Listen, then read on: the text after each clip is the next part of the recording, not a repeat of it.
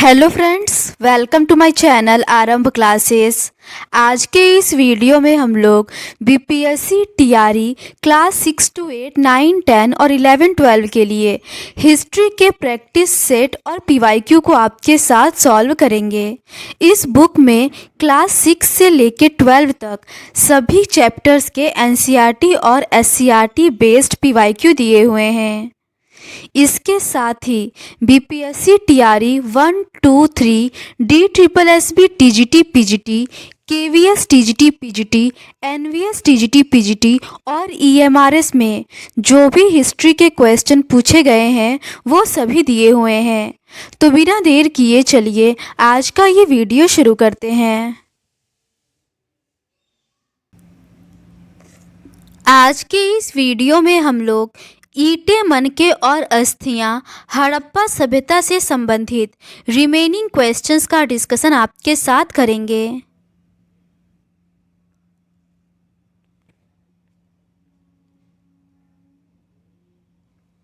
इसके ऊपर के क्वेश्चंस का डिस्कशन हम लोगों ने इस सीरीज़ की प्रीवियस पार्ट में कर लिया है। आज हम लोग उसके आगे के क्वेश्चंस का डिस्कशन आपके साथ करेंगे। क्वेश्चन नंबर 39 है, कथन है हड़प्पा के लोग सुमेरिया को कपास निर्यात करते थे। कारण है हड़प्पा के लोग कपास के पैदावार करने वालों में प्रथम थे। इसका सही आंसर है ऑप्शन ए और आर दोनों सही है तथा आर ए का सही व्याख्या है। हड़प्पा के लोग सुमेरिया को कपास का निर्यात करते थे क्योंकि कपास उत्पादन में हड़प्पा वासी प्रथम स्थान रखते थे। तीसरी सहस्त्राब्दी ईसा पूर्व में लिखित मेसोपोटामिया के लेखों में मगान, दिलमुन तथा मेलुहा नाम प्राप्त होता है। मेसोपोटामिया का यह अभिलेख मेलुहा से प्राप्त विभिन्न उत्पादों का उल्लेख करता है, जिनमें से एक उत्पाद कपास भी था।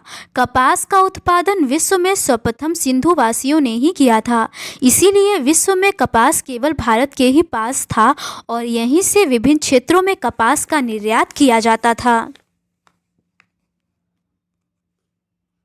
अगला प्रश्न है, सिंधु व्यापार केंद्रों और मेसोपोटामिया के बीच व्यापार के लिए प्रवेश बंदरगाह कौन सी थी? इसका सही आंसर है ऑप्शन सी, बहरीन। मेसोपोटामिया के लेख दिलमुन, मकन और मेलुहा नामक क्षेत्रों से संपर्क की जानकारी मिलती है। यह लेख मेलुहा से प्राप्त निम्नलिखित उत्पादों का उल्लेख करते हैं, जिसमें कार्निलियन पत्थर, लाजवर्द मणि, तांबा, सोना और विविध प्रकार की लकड़ियां आदि हड़प्पा सभ्यता की समकालीन सभ्यता सुमेर, मेसोपोटामिया तथा इजिप्ट थी। मेसोपोटामिया से एक बेलनाकार मोहर मिली है, परंतु इस पर बना कुबरदार वृषभ का चित्र सिंधु क्षेत्र से लिया गया प्रतीत होता है, लेकिन सिंधु से मिले पालतू पशुओं में हाथी का साक्ष्य मेसोपोटामिया से प्राप्त नहीं होता है। हड़प्पा कालीन अर्थव्यवस्था चीन, मेसोपोटामिया, फारस की खाड़ी से जुड़ी हुई थी, किंतु यह ग्रीक एवं दक्षिण पूर्व एशिया के व्यापार से जुड़ी हुई नहीं थी। बहरीन में मिली गोलाकार मुहर फारस की खाड़ी प्रकार की मुहर पर कभी कभी हड़प्पाई चित्र मिलते हैं। सिंधु घाटी के समकालीन मेसोपोटामियन ग्रंथ में दिलमुन एवं मकन दो मध्यवर्ती स्टेशन थे। अगला प्रश्न है, सिंधु घाटी के समकालीन मेसोपोटामियन ग्रंथ में कौन से दो मध्यवर्ती स्टेशन हैं? इसका सही आंसर है ऑप्शन डी, दिलमुन और मकन। अगला प्रश्न है, मेसोपोटामिया और हड़प्पा ने एक ही अनाज का उत्पादन किया और उनके पास एक ही तरह के पालतू जानवर थे। हालांकि हड़प्पा के पालतू जानवरों में से कौन सा एक जानवर मेसोपोटामिया में नहीं मिला था? इसका सही आंसर है ऑप्शन सी, हाथी। अगला प्रश्न है, निम्न में से कौन इंडस या हड़प्पन सभ्यता के समकालीन नहीं था? इसका सही आंसर है ऑप्शन डी, ग्रीक। अगला प्रश्न है, निम्नलिखित में से कौन सी सभ्यता सिंधु घाटी सभ्यता की अर्थव्यवस्था से जुड़ी हुई नहीं थी? इसका सही आंसर ऑप्शन सी, चीन होना चाहिए, लेकिन बुक में इसका सही आंसर ऑप्शन बी, दक्षिण पूर्व एशिया दिया हुआ है। सिंधु घाटी सभ्यता की अर्थव्यवस्था चीन से जुड़ी हुई नहीं थी। अगला प्रश्न है, सिंधु घाटी सभ्यता में किस जानवर की पूजा के प्रमाण मिले हैं? इसका सही आंसर है ऑप्शन ए, कुबड़दार बैल। सिंधु घाटी सभ्यता में कुबड़दार बैल की पूजा के प्रमाण मिलते हैं। सिंधु घाटी सभ्यता के लोग मातृदेवी तथा शिव की पूजा के अतिरिक्त विविध प्रकार के पशुओं, पक्षियों, वृक्षों आदि की उपासना करते थे। पशुओं में गैंडा, बैल, चीता, हाथी, भैंसा, कुबड़दार बैल आदि प्रमुख है। मेसोपोटामिया से प्राप्त एक विशिष्ट बेलनाकार मुहर, जिस पर कुबड़दार वृषभ का चित्र बना है, जो सिंधु क्षेत्र से लिया गया प्रतीत होता है। अगला प्रश्न है, हड़प्पा सभ्यता में विनिमय बांटों की एक परिशुद्ध प्रणाली द्वारा नियंत्रित थे, जो सामान्यतः चौट नामक पत्थर से बनाए जाते थे और आमतौर पर किसी भी तरह के चिन्ह रहित घनाकार होते थे। ए है, बाटों के निचले मानदंड द्विआधारी थे। बी है, ऊपरी मानदंड दशमलव प्रणाली का अनुसरण करते थे। सी है, छोटे बाटों का प्रयोग संभवतः आभूषणों और मनकों को तौलने के लिए किया जाता था। डी है, हड़प्पाई स्थलों से धातु से बने तराजू के पलड़े नहीं मिलते हैं। नीचे दिए गए कूट से सही उत्तर का चयन करें। इसका सही आंसर है ऑप्शन ए, बी और सी सही है। हड़प्पा सभ्यता में विनिमय बांटों की एक परिशुद्ध प्रणाली द्वारा नियंत्रित थे, जो सामान्यतः चौट नामक पत्थर से बनाए जाते थे और आमतौर पर किसी भी तरह के चिन्ह रहित घनाकार होते थे। बांटों के निचले मानदंड द्विधारी थे। ऊपरी मानदंड दशमलव प्रणाली का अनुसरण करते थे। छोटे बाटों का प्रयोग संभवतः आभूषणों और मनकों को तौलने के लिए किया जाता था। अगला प्रश्न है, इंडस लिपि का अर्थ निकालने का काम किसने किया? इसका सही आंसर है option A, I Mahadevan. Indus लिपि का अर्थ निकालने का काम आई महादेवन ने किया था। हड़प्पाई लिपि के बारे में ऐसा प्रतीत होता है कि यह लिपि दाईं से बाईं ओर लिखी जाती थी, क्योंकि कुछ मुहरों पर दाईं ओर चौड़ा अंतराल है और बाईं ओर संकुचित है, जिससे लगता है कि उत्कीर्ण ने दाईं ओर से लिखना आरंभ किया और बाद में बाईं ओर स्थान कम पड़ गया। अगला प्रश्न है, सिंधु घाटी सभ्यता की पशुपति मुहर निम्नलिखित में से किस स्थल पर खोजी गई थी? इसका सही आंसर है ऑप्शन ए, मोहनजोदड़ो। सिंधु घाटी सभ्यता की पशुपति मुहर मोहनजोदड़ो स्थल पर खोजी गई थी। 1853 में हड़प्पा मुहर की खोज करने वाले पहले व्यक्ति अलेक्जेंडर कनिंघम थे। 1875 में उन्होंने भारतीय पुरातात्विक सर्वेक्षण का पहला जर्नल बनाया गया था। हड़प्पा कालीन आद्य शिव मुहर से धार्मिक मान्यता के बारे में जानकारी मिलती है। सिंधु घाटी सभ्यता की पशुपति मुहर में आसीन मुद्रा में एक योगी को दर्शाया गया है, जो संभवतः शिव पशुपति हैं। इस योगी के इर्द गिर्द 4 पशु, गैंडा, भैंसा, एक हाथी और बाघ हैं एवं सिंहासन के नीचे 2 मृग दर्शाए गए हैं। पशुपति का अर्थ है पशुओं का स्वामी। सर जॉन मार्शल के अनुसार प्राचीन बुद्ध जैन तीर्थंकर भी पशुपति मुहर हैं। मुहरों और मुद्रांकनों का प्रयोग लंबी दूरी के संपर्कों को सुविधाजनक बनाने के लिए भी होता था। अगला प्रश्न है, 1853 में हड़प्पा मुहर की खोज करने वाले पहले व्यक्ति कौन थे? इसका सही आंसर है ऑप्शन बी, अलेक्जेंडर कनिंघम। अगला प्रश्न है, अधिकांश हड़प्पा मुहरों पर किस जानवर को उत्कीर्ण किया गया था? इसका सही आंसर है ऑप्शन ए, बिना कुबड़ के बैल या यूनिकॉर्न। हड़प्पाई मुहर संभवतः सिंधु घाटी सभ्यता की सबसे विशिष्ट पुरावस्तु है।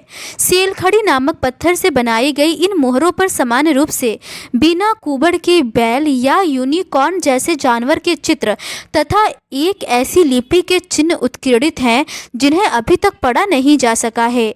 मुहरें इस काल की छवियों और लेखन की मुख्य स्रोत होती थीं। अगला प्रश्न है, हड़प्पा छवियों और लेखन का मुख्य स्रोत कौन सा था? इसका सही आंसर है ऑप्शन ए, मोहर।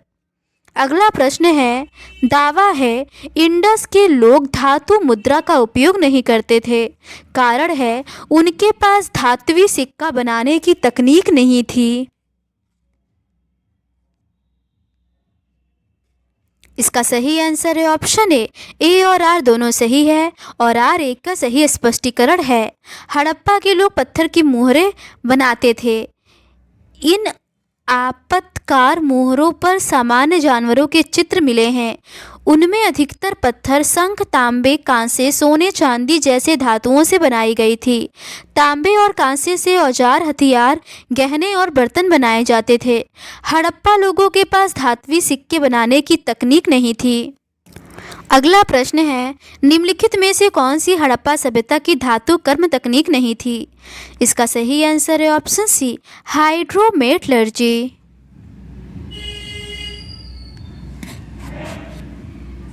अगला प्रश्न है, हड़प्पा संस्कृति के विनाश के कारण थे। इसका सही आंसर है ऑप्शन डी, उपर्युक्त में से एक से अधिक। हड़प्पा सभ्यता के विनाश के कारणों को लेकर विद्वानों में मतभेद है। Garden child, Mortimer wheeler, Stuart Piggott आदि विद्वानों के अनुसार हड़प्पा संस्कृति का विनाश बाह्य आक्रमण के कारण हुआ, जबकि प्रसिद्ध भूतत्व वैज्ञानिक एम.आर. साहनी का विचार है कि सैंधव नगरों का विनाश भारी बाढ़ के कारण हुआ। के.यू.आर. कैनेडी ने मोहनजोदड़ो से प्राप्त नर कंकालों के परीक्षण करने के पश्चात यह निष्कर्ष दिया कि सैंधव संस्कृति का विनाश मलेरिया महामारी जैसे प्राकृतिक आपदाओं के कारण हुआ था।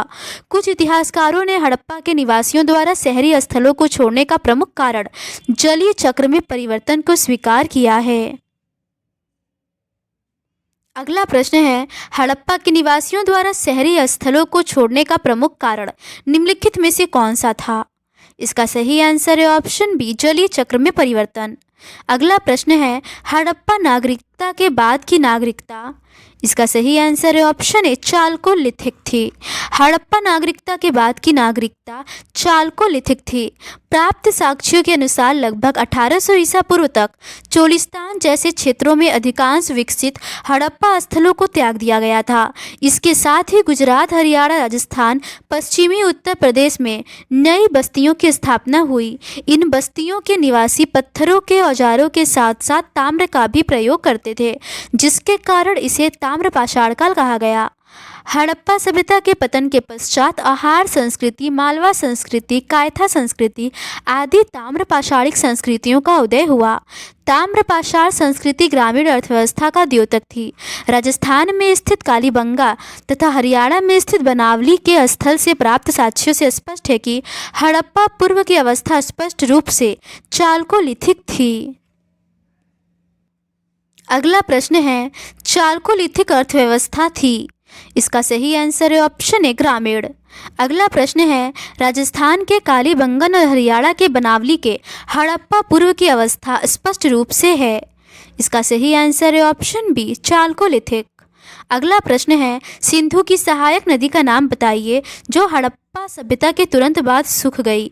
इसके अवशेषों को वार्षिक बाढ़ से बचाती रही। इसका सही आंसर है ऑप्शन बी, हकरा। ऋग्वेद के साक्ष्य के आधार पर कुछ विद्वान सरस्वती नदी के इर्द गिर्द ही हकरा नदी का प्रवेश मानते हैं, लेकिन सरस्वती नदी की पहचान बहुत से पुरातत्वविदों ने घग्गर और हकरा नदी से की है। उस समय जब आर्यों का फैलाव भारत भूमि पर होना शुरू हुआ था तो ये नदी सूख चुकी थी। इस क्षेत्र का रफीक मुगल ने अध्ययन किया था, जहां उन्हें घग्गर हकरा के ड्राई बेड पर चित्रित घूसर काल की बस्तियों के संकेत मिले हैं। इस प्रकार चोलिस्तान मरुस्थल हकरा पीठ के पूर्व तथा दक्षिण में स्थित निचले भाग में हकरा सिंधु नदी से मिलकर कच्छ के रण में गिरती थी। अगला प्रश्न है, ASI के पहले निदेशक कौन थे? इसका सही आंसर है ऑप्शन सी, अलेक्जेंडर कनिंघम। भारतीय पुरातत्व सर्वेक्षण के पहले निदेशक अलेक्जेंडर कनिंघम थे। इसकी स्थापना 1861 में ब्रिटिश राज के दौरान हुई थी। 19वीं शताब्दी के मध्य में पुरातत्विक उत्खनन प्रारंभ हुआ। उस समय के पुरातत्वविद अपने अन्वेषणों के मार्गदर्शन के लिए लिखित स्रोतों का प्रयोग अधिक पसंद करते थे। अगला प्रश्न है, दावा है इंडस लोग देवी माता को पूजते थे। कारण है, इंडस के कई स्थानों के उत्खनन दर्शाते हैं कि इंडस के लोग देवी माता की मृण मूर्ति को पूजते थे। इसका सही आंसर है ऑप्शन ए और आर दोनों सही है और आर एक ही सही स्पष्टीकरण है। इंडस लोग देवी माता को पूजते थे क्योंकि इंडस के कई स्थानों के उत्खनन दर्शाते हैं कि इंडस के लोग देवी माता की मृण मूर्तियों को पूजते थे। यहाँ से आभूषणों से लदी हुई नारी मृण मूर्तियाँ मिली हैं, जिसमें से कुछ के शीर्ष पर विस्तृत प्रसाधन थे तथा इन्हें मातृ देवियों की संज्ञा दी गई थी। अतः दोनों कथन सही है और आर एक ही सही स्पष्टीकरण है। अगला प्रश्न है, हड़प्पन स्थलें कहाँ पाई जाती हैं?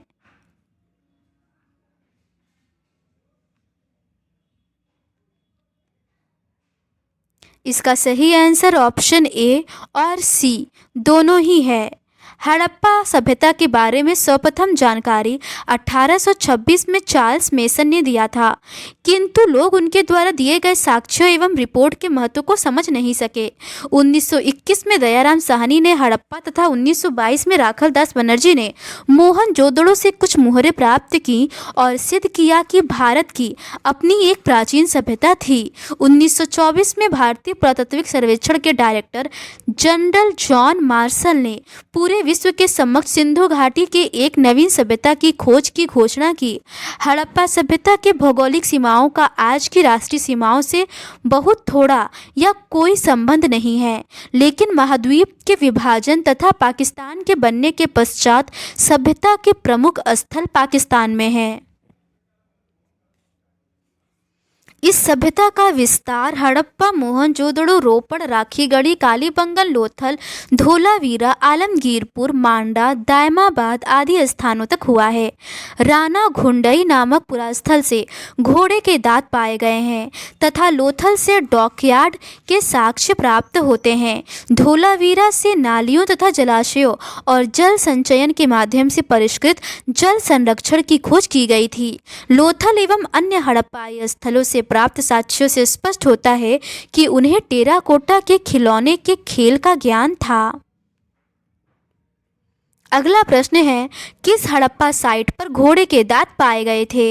इसका सही आंसर है ऑप्शन सी, राना गुंदई। अगला प्रश्न है, 1826 में सर्वप्रथम हड़प्पा के संबंध में किसने उल्लेख किया था?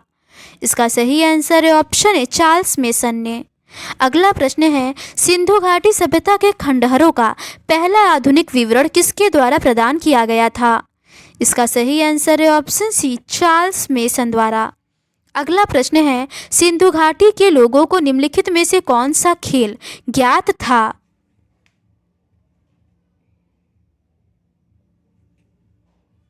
इसका सही आंसर है ऑप्शन ए, टेराकोटा के खिलौने।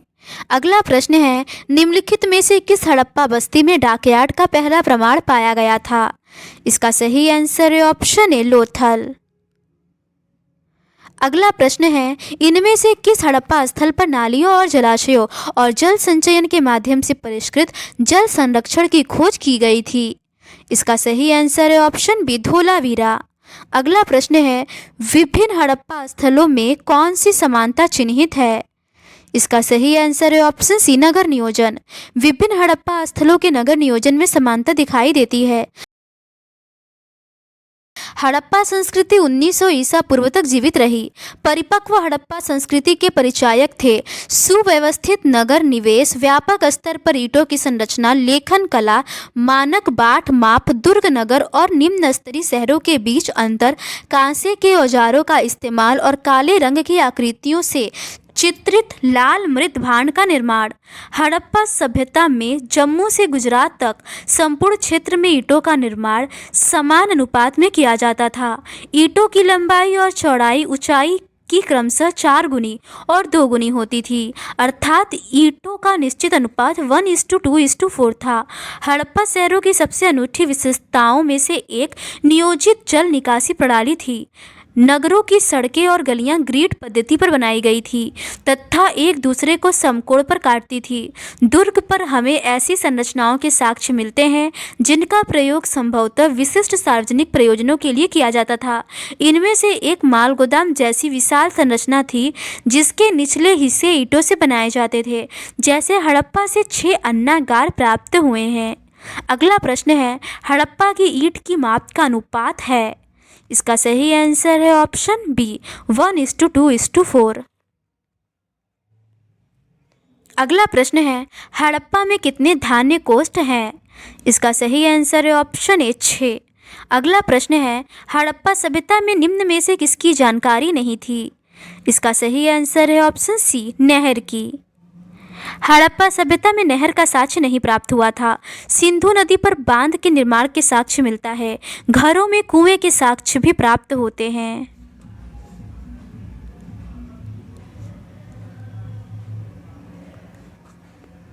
अगला प्रश्न है, कथन है, सामान्यतः कहा जाता है कि सिंधु लोग स्वभावतः प्रकृति उपयोगितावादी हैं। कारण है, हड़प्पा नागरिकता में आम लोग प्रधानतः टेराकोटा की लघु मूर्तियों का उपयोग किया करते थे। इसका सही आंसर है ऑप्शन ए और आर दोनों सही है और आर एक का सही विवरण है। सामान्यतः सिंधुवासियों का स्वभाव प्रकृति उपयोगितावादी था, क्योंकि हड़प्पा नागरिकता में आम लोग प्रधानतः टेराकोटा की लघु मूर्तियों का उपयोग किया करते थे। यहाँ के लोग शांतिप्रिय जीवन व्यतीत करते थे। कालीबंगा व लोथल से यज्ञ वेदियाँ प्राप्त हुई हैं। कुछ मोहरों पर आद्य शिव को योगी की मुद्रा में बैठे हुए दिखाया गया है और कुछ मोहरों पर एक श्रृंगी जानवर वृक्षों की पूजा करते हुए लोग चित्रित हैं। इसके अतिरिक्त टेराकोटा की अनेकों मृद मूर्तियां प्राप्त हुई हैं, जिसे पुरातत्वविदों ने मातृदेवी की मूर्ति कहा है। प्राप्त साक्ष्य से स्पष्ट है कि सैंधववासी प्रकृति की पूजा करते थे, जो उनके उपयोगितावादी विचारों को दर्शाता है।